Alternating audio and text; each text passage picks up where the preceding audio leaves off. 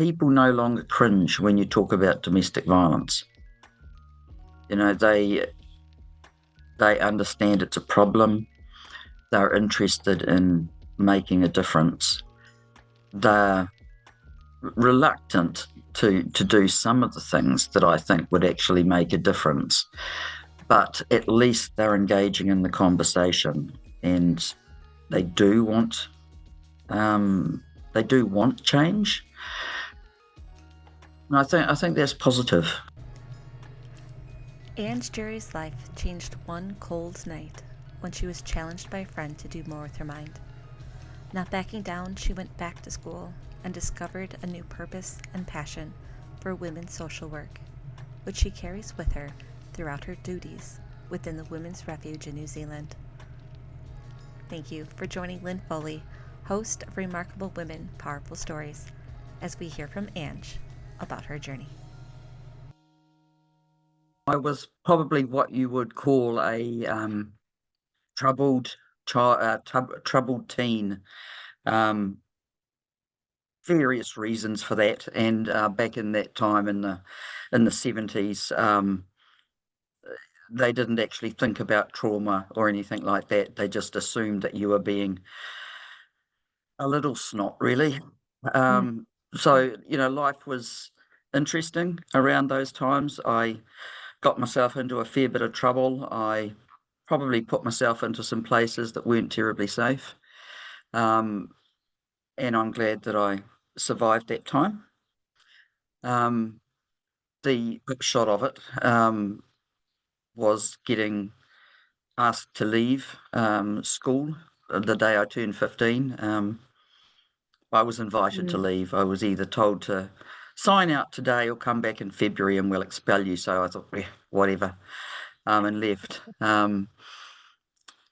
Quite fairly predictably, I ended up pregnant not that long after that, and ended up having my daughter just 2 or 3 months short of my 16th birthday. So, that was all fairly predictable, I think, in those times.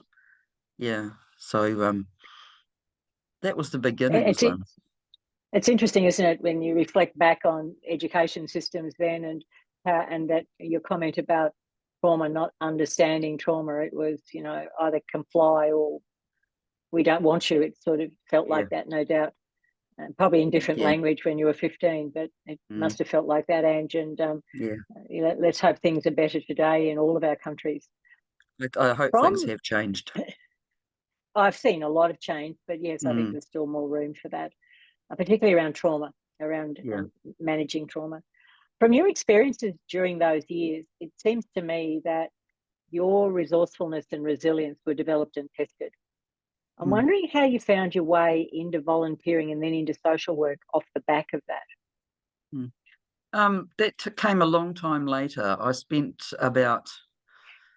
I married when I was 18. I spent the next 20 odd years after that living a very, very different life. I worked in a bakery, worked in a fish farm, did all sorts of weird and wonderful things, picked kiwi fruit. So the social work stuff didn't really start until my marriage broke up, and I moved towns to study. Became a student at Massey University in Palmerston North, and no idea whether I was going to be able to manage that or not. That was, I didn't know what university was about, but I decided that being a social worker was probably a good, reliable way to make a living, really. Do you have support or encouragement that entering study and going to university was something that you should consider, or was it something you'd wanted to do but not been in a position to do, or a mix of the two, Ange? The first sort of thoughts I had about it were provoked by a man I worked with in a bakery. He was my bakery manager. He's since passed, and it's very sad because he was a fairly outstanding man. But he encouraged me. And at the time, I didn't really put much weight on that. I thought he was blowing smoke, really, but there you go. But I also had a very good friend where I was living at that time, and her and I both had children, and they used to go to their fathers at the weekends. And we used to sit around and have a couple of drinks and tell each other lies, basically, and solve the problems of the world. And on this particular, it was a wet, cold day, and we'd probably had more than a couple that day. And I was working in kiwi fruit at that stage, and she said, "What on earth are you doing packing friggin' kiwi fruit? Why aren't you doing something with your mind?" And having had a couple that were, my mouth was a little bit looser, she said, "Why aren't you?" And I said, "Well, if I don't try, I can't fail." And she never let me go on that one. And the upshot of that was probably about a year later, she loaded me, my son, and all of my worldly goods into a double horse float and delivered me halfway down the country to the university.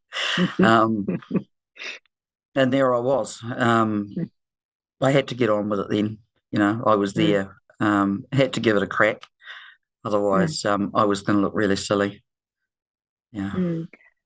I recall somewhere in our original discussion that you found you had skills in the study world that might have surprised you when you found them.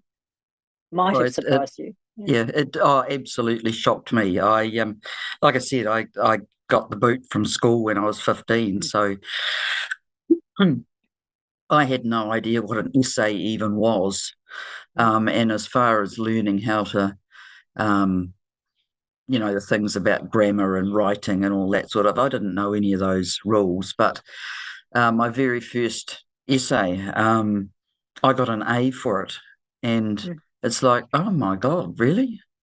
And sort of from there, possibly a little bit of perfectionism because, once you've been there, you don't want to go backwards. I realised that I was actually quite good at this academic writing business. I knew how to use words, even if I didn't know where the rules said an apostrophe needed to go. I seemed to know that sort of stuff anyway. And yeah, it just built on from there, really. One of those little lucky happenstances that you find something like that in your life, I think.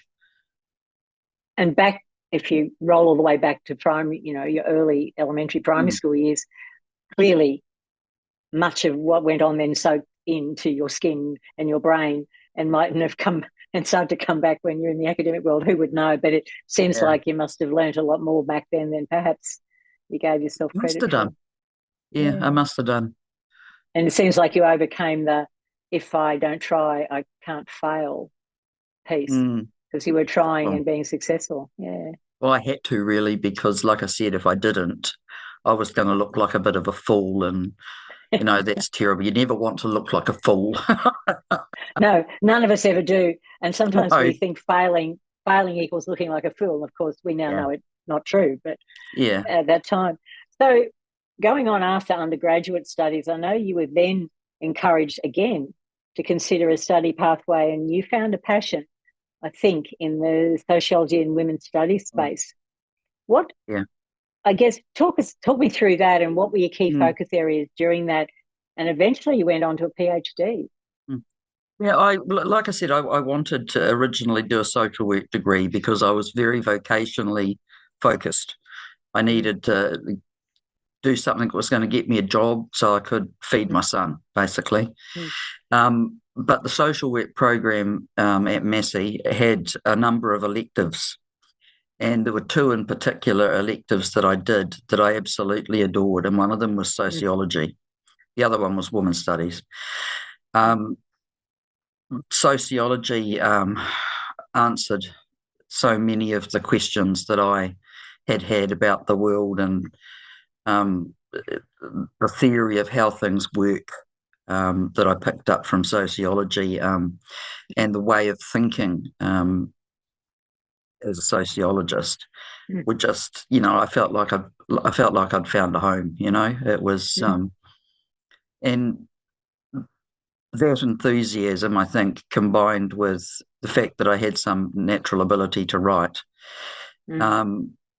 meant that there were opportunities, and I needed opportunities because, I was trying to feed this child and keep a roof over our head, and I was fortunate enough to be awarded a couple of scholarships early on, that just going, and made it possible for me to keep studying.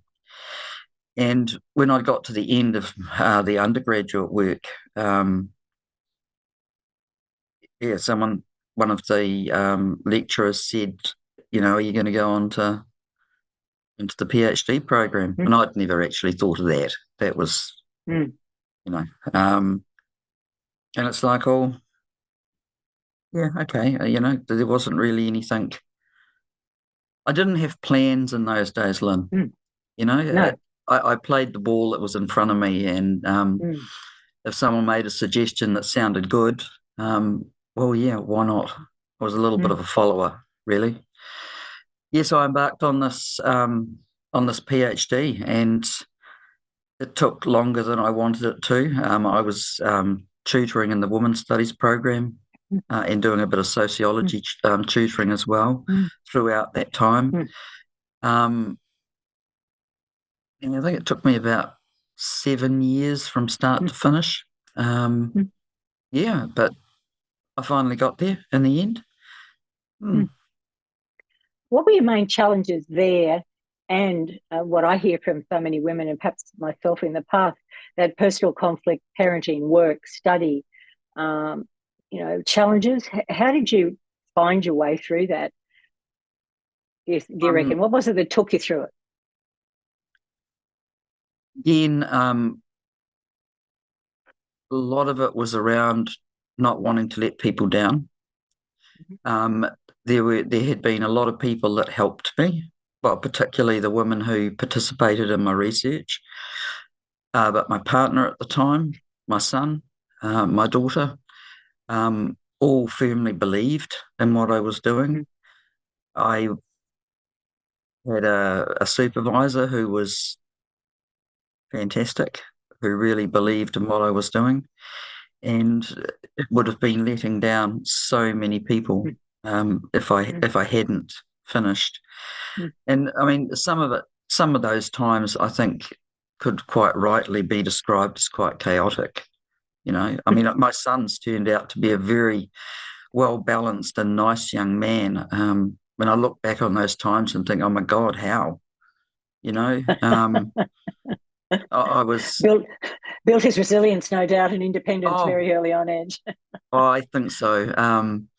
I worked some stupid hours because it was a difficult few years, but just kept on trudging through it. And all of a sudden it came to an end, and there it was, this bound book that officially said I was clever, basically.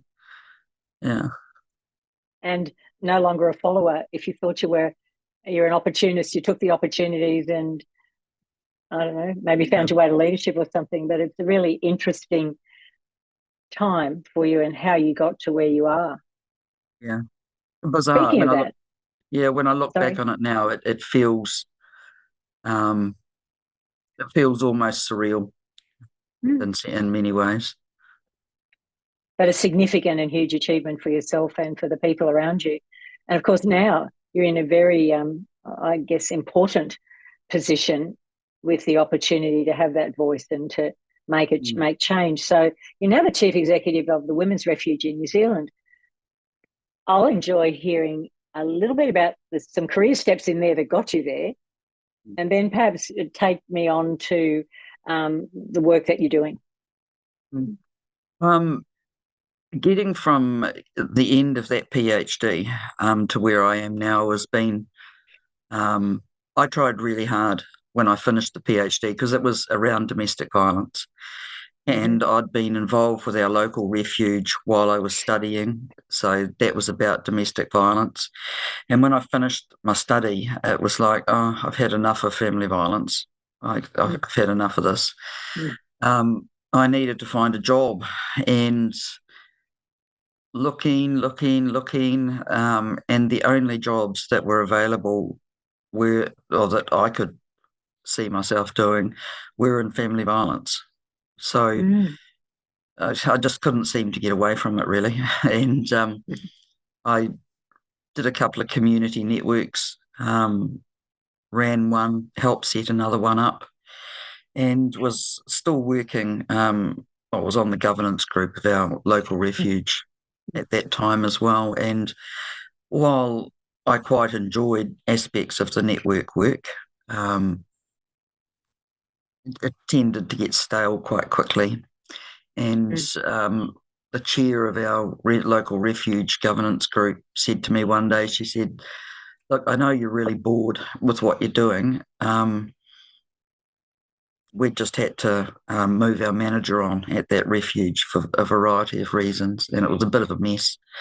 And she said to me, why don't you come back to Palmy and, run the refuge for a few months for us, and just, tidy things up while we, get it organised and get a new manager in place. And I said, yeah, sure. That sounds like a good plan. And 7 years later, I was still there and thoroughly enjoying it. In reality, I expected that I would probably retire there. It was a job I enjoyed in a community that I enjoyed, and work that I thought was valuable, and making at least a little bit of a difference. And around about that 7 year mark, our previous, I'd been involved in our national governance as well by that stage. And our chief executive at the time decided to move on. She wanted to semi-retire, and had a couple of people say to me, you're going to apply. And I wasn't entirely sure that I wanted to, because it was going to mean a move away from my community. And they pushed a little bit and pushed a little bit. And then I thought, oh, why not? I'll give it a crack, as I do. And I got the job. And that was nearly 10 years ago now. And I'm proud of what we've achieved with the organisation in that 10 years. We've grown our office remarkably. I think when I started there, we had 11 staff. It was very small.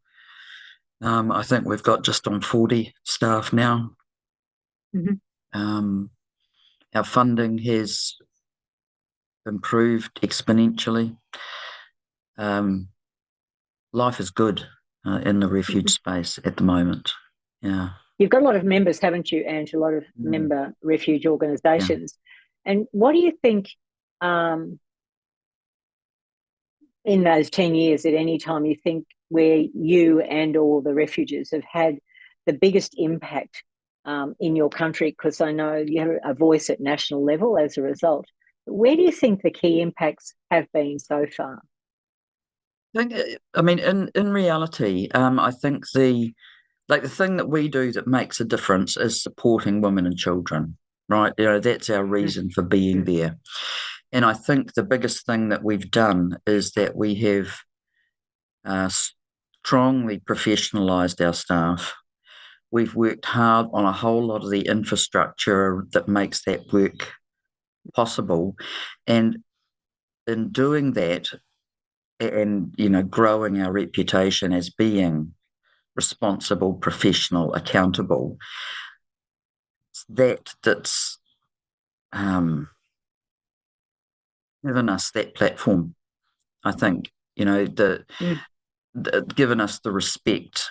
People know now that we're doing good work, that we're good people, that we're not a bunch of crazy feminists slash lesbians out to tear down the patriarch. I mean, we'd probably still like to do all of those sorts of things, but people take us seriously now and take me seriously now in a way that's quite gratifying. It means that if there is something that needs to be said to politicians or whoever, they'll talk to me. It's meant that we've been able to explain what this world looks like from our clients' perspective. And in terms of what has changed in our landscape, I think the biggest thing, and we've had good political leadership on this as well, up until just recently, people no longer cringe when you talk about domestic violence. They understand it's a problem. They're interested in making a difference. They're reluctant to do some of the things that I think would actually make a difference, but at least they're engaging in the conversation, and they do want change. And I think that's positive. We're still got an awful long way to go, but it sometimes feels one small step at a time, isn't it? One small step for mankind, one small step for man, a large step for mankind. We've yet to take that large step, I think. And as you know, Zonta has a key focus on raising awareness of and advocating to eliminate gender-based violence. And I know you're a friend of Zonta in your country, and Zonta's a friend of your organisation as well. Yeah. What do you think can be done globally? And I know globally means each of us doing something in our own way, maybe to aggregate. But what are your ideas about what else has to be done to narrow down that gap that we see? I've thought about this a lot, and I think I'd probably be retired and a wealthy woman if I could get the ideas accepted and solve this. But I'm really becoming increasingly convinced that we need to be investing hugely in our little people, in our children, not our teenagers. We need to look after victims. Yes, that's absolutely critical. But if we want to turn the tap off and actually make a difference to the horrible statistics that we've got here, that you've got in Australia, and that are mirrored all around the world, the only way we're going to do that is if we start building generations of young people who simply don't consider it okay to control or abuse their partner. That they feel empathy for other human beings. You can't hurt someone if you feel empathetic towards them. It's just impossible. If you feel compassion for others, it's much harder to hurt them. I don't think we make a really concerted effort to teach those sorts of values. And it is a values conversation.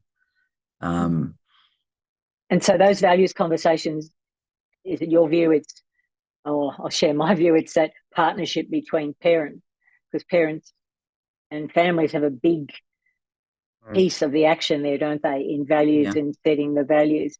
And then that partnership with school and educators in those little people years. We're talking daycare through into elementary or primary school.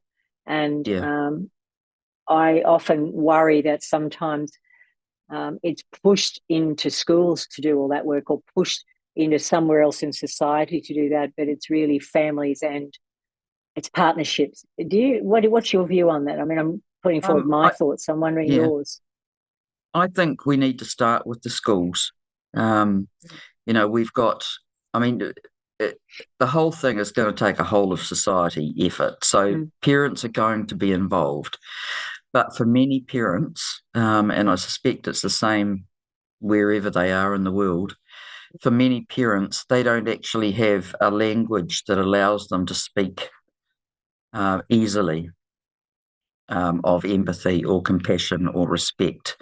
They're actually too busy working their asses off trying to keep a roof over their heads and keep their families fed, or they are trapped in a whole nasty cycle of self-medication with drugs and alcohol or whatever. And I think if we can ease some of that values education into schools so that the kids are actually hearing perhaps a slightly different story than they've been hearing elsewhere, they might not change their parents, but they may change their children when they finally have children. It's we put a lot of expectations on quite vulnerable families these days, vulnerable, stretched families who lack skills to, they lack skills, they lack the language. You're right, and it's really tough, isn't it? Because it's not being modelled to them or taught to them when they were young. So you have that generational effect as well, and just that whole society working together on that issue of bringing up another generation of young people to be the leaders. In time, and we find, of course, many teenagers are really strong leaders in many fields. So it's preparing them for that. Perhaps it's interesting. On an aligned topic, how do you think we need to engage better with men so that the work around gender-based violence and gender equality isn't just seen as women's work, if I might use that language, and that we're in partnership there and working together? What do you think needs to happen there? I mean, we recognise that domestic and family violence is a gendered phenomenon. It's primarily carried out by men, and the victims are women. So if we are ever going to make significant change so that women's refuge doesn't need to exist anymore, we need to somehow stop men inflicting that violence. Now, I don't think women can do that. That is something that men have to deal with for themselves. But there is absolutely no value, to my mind, of trying to do it in a siloed fashion. I mean, I don't want Women's Refuge to start trying to fix blokes. But I would be perfectly happy for organisations like Women's Refuge to hold out our hands to men who actually want to work with men to create change. We've got to do it together. Otherwise, that's 50% of the population that are trying to stop something that's being perpetrated by the other 50% of the population. It just makes no sense. And we can't engage men by telling them how dreadful they are. Well, that's not going to work, is it? Because no, we keep putting people down, then they'll stay down rather than learning other ways of behaving and other ways of being in life. So it's tricky, isn't it? And some of these are those what we call a wicked problem. We have a wicked problem here in gender-based violence, and wicked problems take communities and countries to work together to solve. Indeed, we've got a wonderful couple in Christchurch here in New Zealand. Actually, I think they've been over in Australia reasonably recently. Matt and Sarah Brown, and Matt has built this program that's gotten quite large now, called She's Not Your Rehab. And when I talk to people like that, men like that, who are actually actively doing the work and trying to make it easy for other men to reach out for help, I get a little bit encouraged then, Yes. He's doing the do, And likewise, I recently met someone here in my city. We had them speak at our Zonda Club, and likewise has left his law practice and set up his consulting, and it's all around that doing piece to enable men to think differently and behave differently, and starting with teenage boys and younger to start to build that change in behaviour we so much need, and working together. So as we're getting a little bit closer to the end of this conversation, it's gone so quickly. Can you talk to me about what you think your leadership gifts are? What are your gifts that see you through every day and every month and every conversation? think I think the thing that I'm most good at is providing support for others. You know, it's the thing I enjoy doing most. You know, I've absolutely loved um, supporting some of the young women that we've got in our office. They're absolute stunners. You know, they're fantastic, and they are going to be the future of our movement. Think that that support and encouragement is, I think that's probably the most important thing that anyone should do if they're leading an organisation. You know, there used to be this here in New Zealand anyway, almost a fear of young people. You know, that they were a bit mouthy and they were a bit full of themselves and all the rest of it. But it's like, actually, come on, we need to lift those young women up. You know, it's all very well for them to make a future built on our shoulders, but actually make it easier by helping them climb up there. You know, and I think that has been probably the most valuable thing I've learnt. That as long as I treat them honestly, treat them with respect, actually treat all people with respect, you get respect back. And that means you can make a difference. You know, you can have an impact if you do that.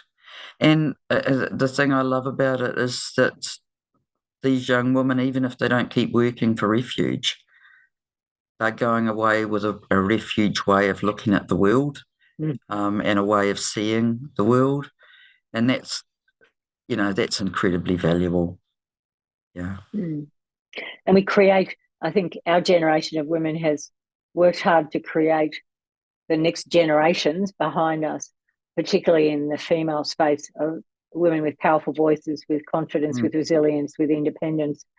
So if we've created that, you're right, we need the ladder to the shoulder because it's a long way up to our shoulders to stand on them. So maybe we just need to move sideways and say, well, here's your platform, here's your space, and let them go because they're smart and clever and wise, and they'll take us they'll take me into my old age and into a future that I think is going to be equal and better than what we've created. And if we fight with them and try and hold them back, all we build there is resentment, and we lose any ability to influence the way they might proceed. You know, we need to be working together with them.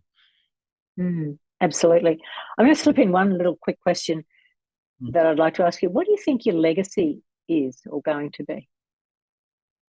I think the thing I'm most proud of at Refuge is that several years ago now we started a program called Wahine Kitoa, which is a leadership program for our young women. And we're coming into our third year now, and the women who've participated have absolutely loved it. What I'm seeing from the women who've participated is just phenomenal. And